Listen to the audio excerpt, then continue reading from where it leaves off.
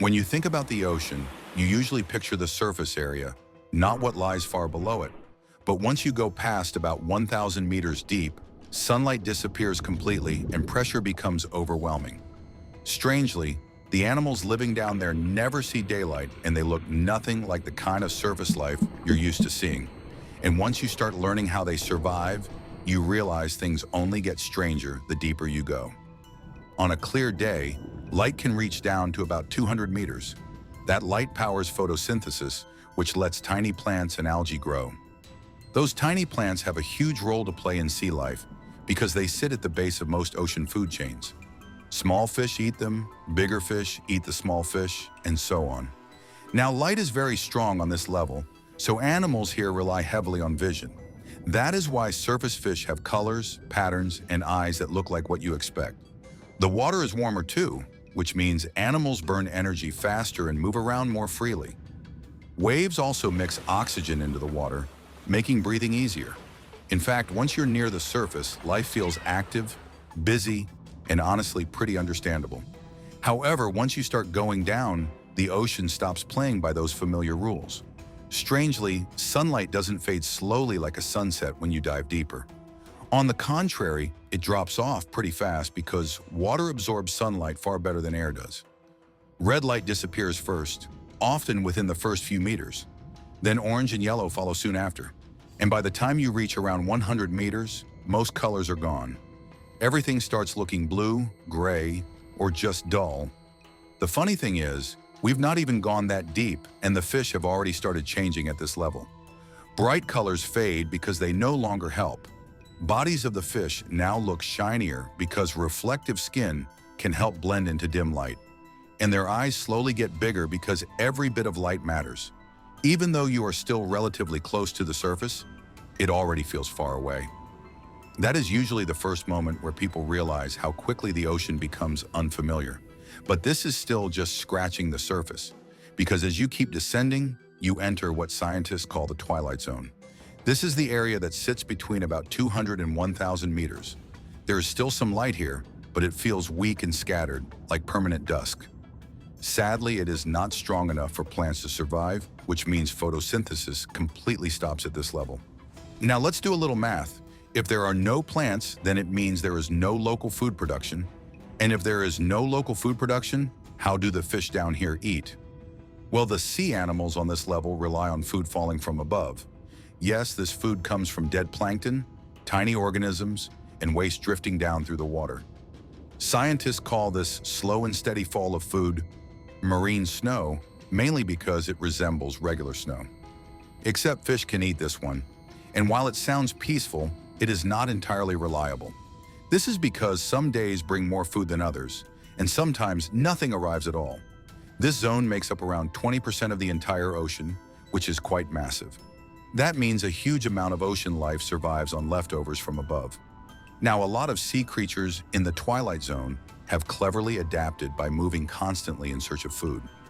Many fish swim up toward the surface at night to feed where food is more available. And when daylight returns, they sink back down into darker water to avoid predators. This daily up and down movement is actually the largest animal migration on Earth by total weight. Creatures here also rely heavily on vision, but not in the way surface animals do. Believe it or not, their eyes grow larger to catch faint light. No jokes, some sea creatures down here are total freaks of nature. Some even develop silver or mirror-like bodies that reflect light and make them harder to spot. Others become nearly transparent, which helps them disappear completely. This makes hunting slower, as predators have to be more patient. Keep in mind that every movement inside the sea costs energy, and wasted energy can mean death. Speaking of which, pressure really starts to matter at some point. Water pressure increases by 1 atmosphere every 10 meters. That might not sound like much, but it adds up very fast. At 1,000 meters, pressure reaches about 100 atmospheres. That is like having the weight of many heavy trucks pressing down on every square inch of your body. Any trapped air would collapse instantly. That's why deep sea fish do not have gas-filled swim bladders like surface fish. Gas simply does not work under that kind of pressure. So how do they survive? Well, if I told you, you'd think it's something out of a sci-fi movie. Their bodies adapt by becoming softer. Their bones get thinner, cartilage replaces rigid structures, and muscles lose density. That is why so many deep-sea animals look floppy or jelly-like, almost like aliens. But this is not a weakness, as softer bodies handle pressure better and require less energy to maintain. Pressure also affects things you cannot see. It changes how proteins fold and how enzymes work inside cells. Deep-sea animals adjust their chemistry so their cells still function under extreme force. Blood chemistry changes to move oxygen efficiently in low-energy conditions, and heart rates slow because there is no reason to rush. Speed is not the goal down here. Survival is. Everything about these deep-sea creatures focus on using as little energy as possible while staying alive. Now, once you pass 1,000 meters, light disappears completely. This is the midnight zone. There is no sunlight here, ever. Not during the day, not during the summer, not at any time. Temperatures stay cold, usually between 2 and 4 degrees Celsius, and they barely change. Cold water slows metabolism, which actually helps sea animals on this level survive longer without food. And food is a serious problem here. Meals are rare and unpredictable. Some animals might wait weeks or even months between feeding opportunities. That is why you see so many deep-sea creatures with huge mouths, sharp teeth, and expandable stomachs. Because if something edible appears, they cannot afford to be picky or slow. Color works differently here too. Many sea animals down here turn black because black skin absorbs light and makes them harder to see. Others turn red, which sounds strange until you realize red light never reaches this depth. Without red light, red bodies appear black. Amazingly, what looks bright to us on the surface becomes a perfect camouflage in total darkness. Everything about appearance down here serves a purpose, even when it looks unsettling to human eyes. But one of the most surprising things about the deep ocean is that it is not completely dark. A huge number of animals make their own light through bioluminescence. Around 75% of deep-sea animals can glow in some way. They produce light through chemical reactions inside their bodies. Most of that light appears blue or green because those colors travel farthest through water. Some animals use flashes of light to confuse or scare predators. Others use steady glows to signal potential mates. Some even use light to hide by matching the faint glow from above and erasing their shadow. Weird, but smart. When you step back and look at all of this, deep-sea creatures start making more sense. They only look creepy because they live in conditions we never experience. I'm talking about crushing pressure, constant darkness, cold temperatures, and long stretches without food that force deep-sea animals to adapt in extreme ways. The deeper you go, the less familiar the rules become. What feels scary is really just nature solving problems in ways that look strange to us. But if you still think deep-sea creatures are creepy, then you haven't seen anything yet. We've not even gotten to the deepest trenches of the ocean, where you'll find animals that live under pressures powerful enough to crush submarines. One of the best examples of how extreme the deep ocean is comes from anglerfish. These fish live way down between about 1,000 and 4,000 meters, where space feels endless and food feels rare. Finding a meal down there is hard enough, but finding a mate is even harder. That problem completely reshaped how anglerfish reproduce. Female anglerfish grow much larger than males and develop those famous glowing lures that hang above their mouths. That light attracts prey in total darkness, which already feels unsettling to us. But the reproduction side is even stranger. Male anglerfish are tiny, sometimes only a few centimeters long, and when it finds a female, he bites onto her body and never lets go. Creepy, right? Over time, his body fuses with hers. His organs shrink until he basically becomes a living attachment whose only job is reproduction. This way, the female always has a mate ready in an environment where meeting another fish might take years. It looks horrifying to human eyes, but in the deep ocean, it solves a real problem. That frightening appearance has nothing to do with aggression. It is pure survival shaped by darkness and distance. As you move through different depths, eyes start telling a clear story about how light disappears. As I mentioned before, some deep-sea animals go over the top on vision. They develop huge eyes compared to their bodies, trying to catch every possible photon. A great example is the barrel-eye fish, which lives around 600 to 800 meters deep. It has a transparent head, which sounds fake until you see it. Its eyes sit inside that clear dome and can rotate upward to spot silhouettes of prey above. That design lets it watch for shadows while staying hidden itself. But other species go the opposite direction, because when the light becomes truly useless, having eyes become a waste of energy. Yes, some deep sea fish lose their eyes completely. Why? Because maintaining eyes costs energy, and energy is precious when food barely shows up. Losing vision might seem like a disadvantage to us, but in total darkness, it actually makes sense. Both strategies, bigger eyes or no eyes at all, come from the same environmental pressure to survive. Then there is gigantism, which surprises a lot of people. You might expect animals to get smaller when food is scarce, but the deep ocean does the opposite sometimes. Some sea creatures grow much larger than their shallow water relatives. And the giant squid is the most famous example. Giant squids can reach lengths over 13 meters and weigh hundreds of kilograms, while living between 300 and 1,000 meters deep, drifting through cold, dark water. Cold temperatures slow metabolism, which means animals burn energy more slowly. That allows them to live longer and grow larger over time. A bigger body also helps store energy during long periods without food. When meals are rare but sometimes large, size becomes an advantage. Bigger muscles also help handle encounters with large predators like sperm whales. So while giant squid feel like sea monsters in stories, their size is just another survival strategy shaped by deep water conditions. Now, as vision becomes unreliable or useless, other senses take over. Sound and smell become far more important than sight. Many deep sea fish have oversized nostrils that help them detect tiny chemical traces drifting through water. These smells can travel long distances and tell animals where food or danger might be. The lateral line system also becomes crucial. This system runs along the sides of the fish and detects vibrations in the water. Even the smallest movement can reveal the presence of prey or predators nearby. In darkness, movement speaks louder than appearance. Fish communicate through subtle body motions and pressure changes instead of visual signals. To us, these animals look strange because we rely so heavily on sight, but their bodies are built around senses we barely think about, which makes them feel alien even though they are perfectly adapted to their world. Eventually, you reach the ocean floor, and it really does start feeling like another planet. The abyssal plain stretches from about 3,000 to 6,000 meters deep and covers huge portions of the seafloor. It is flat, cold, and covered in fine sediment that settles slowly over time. There are no waves, no plants, and no sunlight. Food arrives slowly from above, sometimes taking months to drift all the way down. And because food is so limited, animals here move as little as possible. Every movement burns energy, and energy is hard to replace.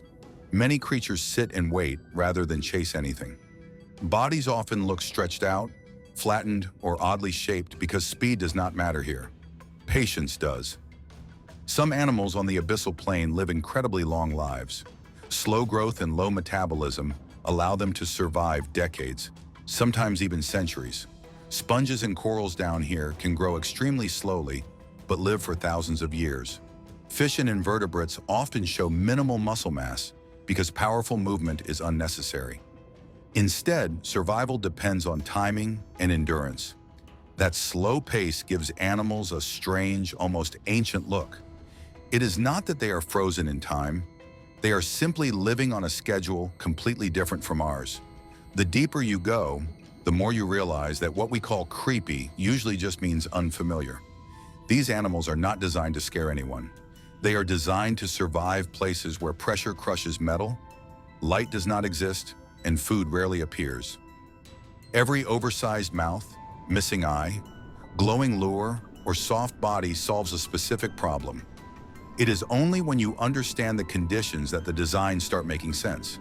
They still look strange, but now that strangeness feels logical instead of random. And the wild part is that this still is not the strangest sea creature story the ocean has to tell. Let's move up a little from the ocean floor to around 2,500 meters, where something exists that sounds impossible at first. I'm talking about hydrothermal vents. For those who don't know, these are cracks in the ocean floor where superheated water and chemicals pour out nonstop. Temperatures around these vents can go over 400 degrees Celsius. That sounds like it should instantly kill anything nearby. But somehow, life not only survives there, it thrives. The reason is chemistry. Instead of relying on sunlight like life near the surface, bacteria at these vents use chemicals like hydrogen sulfide to make energy. This process is called chemosynthesis, and it completely rewrites what we think life needs to exist. These bacteria form the base of entire ecosystems that have nothing to do with the sun. No plants, no photosynthesis, just chemistry and heat. Everything else in the area depends on those bacteria. Giant tube worms are one of the most famous examples. Some of them grow over 2 meters long, which is taller than most people. They do not even have mouths or digestive systems. Instead, their bodies are filled with special bacteria that live inside them. The worms provide a safe home and chemicals, and the bacteria provide food. It is a partnership that only works in one of the harshest places on Earth. Around them, you also find crabs, shrimp, clams, and fish that are built to handle toxic chemicals and sudden temperature changes. These vents look like something from science fiction, but they are very real, and they prove that life does not need comfort to survive. But what makes hydrothermal vents even more interesting is how isolated they are. Many vent ecosystems exist miles apart, separated by empty seafloor. When a vent shuts down, everything around it dies unless animals can somehow reach another vent. Some species release larvae that drift through the deep ocean for years, hoping to land somewhere with the right conditions. It is a risky strategy, but it is the only one that works. This kind of life feels creepy to us because it survives in places that feel actively hostile. But again, it is just nature adapting to what is available. If hydrothermal vents already feel extreme, things get even stranger when you go deeper. The deepest known point in the ocean is Challenger Deep, located in the Mariana Trench. It sits about 10,935 meters below the surface. To put this into perspective, the depth of this area is greater than the height of Mount Everest. The pressure down there is hard to even imagine. It reaches over 1,000 atmospheres. That means more than 1,000 times the pressure you feel at sea level, pressing on every square inch. Hard steel bends under this kind of force. Even submarines need special designs just to survive briefly at those depths. For a long time, scientists believed nothing could live there because the pressure seemed too intense. Also, the cold is too constant and it is completely dark. But strangely enough, some deep-sea creatures down there have proven everyone wrong. In recent years, researchers have discovered snailfish living at those depths. These fish have soft, gelatinous bodies with very little bone. That softness is exactly what allows them to survive. Without rigid structures, pressure cannot crush them the same way. They also have special proteins that act like antifreeze, helping their cells function in near-freezing water. Yes, even at the deepest point on Earth, some sea creatures still find a way to exist. But what's truly amazing is that these animals are not barely hanging on. They are feeding, reproducing, and living full life cycles. Amphipods, which are tiny shrimp-like creatures, also live in these trenches and feed on organic material that slowly sinks from above. So as you can see, the deep ocean is not empty. It is just very quiet and very patient. Every discovery at these depths pushes the known limits of biology, and each new animal forces scientists to rethink what is possible. Now, why does all of this feel so creepy to us? Well, a big part of it comes from how the human brain evolved. We are built to understand life on land and near the surface. We recognize faces, eyes, symmetry, and movement that matches our experience. But deep-sea creatures break those expectations completely. Proportions feel off, mouths look too big, and eyes are either enormous or missing entirely. But that's not all, because with some deep-sea creatures, their bodies glow, stretch, or look half-formed. Darkness hides context, so glowing teeth or eyes suddenly feel threatening. But creepy does not mean dangerous. It usually just means unfamiliar. When you strip away the fear, most deep-sea animals are not aggressive at all. Rather, they are cautious. They conserve energy by waiting and react only when necessary. The deeper you go, the less life follows surface rules. Speed matters less. Strength matters less. But efficiency becomes everything. That shift creates designs that feel wrong to us but make perfect sense in that environment. The ocean does not care what looks friendly. It only rewards what works. But all of this leads to an even bigger question about what we do not know yet. Did you know that humans have explored less than 5% of the ocean? That means more than 95% of the ocean remains unseen. To humanity's credit, new species are discovered almost every time scientists send equipment deep enough. Remote-operated vehicles and advanced submersibles now allow dives beyond 6,000 meters with more safety than ever before. Each mission brings back footage of animals nobody has ever seen. Some do not even fit neatly into existing categories. These discoveries constantly rewrite biology textbooks. And why wouldn't they? After all, who could imagine animals without eyes? Fish that survive pressures once thought impossible, or ecosystems that thrive without sunlight. And that is just what we have found so far. Technology keeps improving, and every improvement pushes exploration deeper. There are trenches and seamounts that have never been visited, and there are chemical environments we barely understand. There are likely animals down there with adaptations we have not even imagined yet. When you think about monsters in the ocean, it helps to shift your perspective. The ocean does not create monsters, it creates survivors. Every strange feature exists for a reason. Big mouths solve the problem of rare food. Soft bodies solve the problem of pressure. Glowing organs solve the problem of darkness. And missing eyes solve the problem of wasted energy. Once you understand why these creatures look the way they do, animals of the deep sea become less creepy and more fascinating. And honestly, you probably cannot imagine what other deep-sea creatures we'll discover next. But if you want to keep going deeper with us and explore the strangest creatures and places on Earth, now is the time to jump in. Drop a comment and tell us which deep-sea animal shocked you the most. Hit the like button if this makes you see the ocean differently. And make sure you subscribe, because what waits in the deepest parts of the ocean is far stranger than anything we have talked about so far.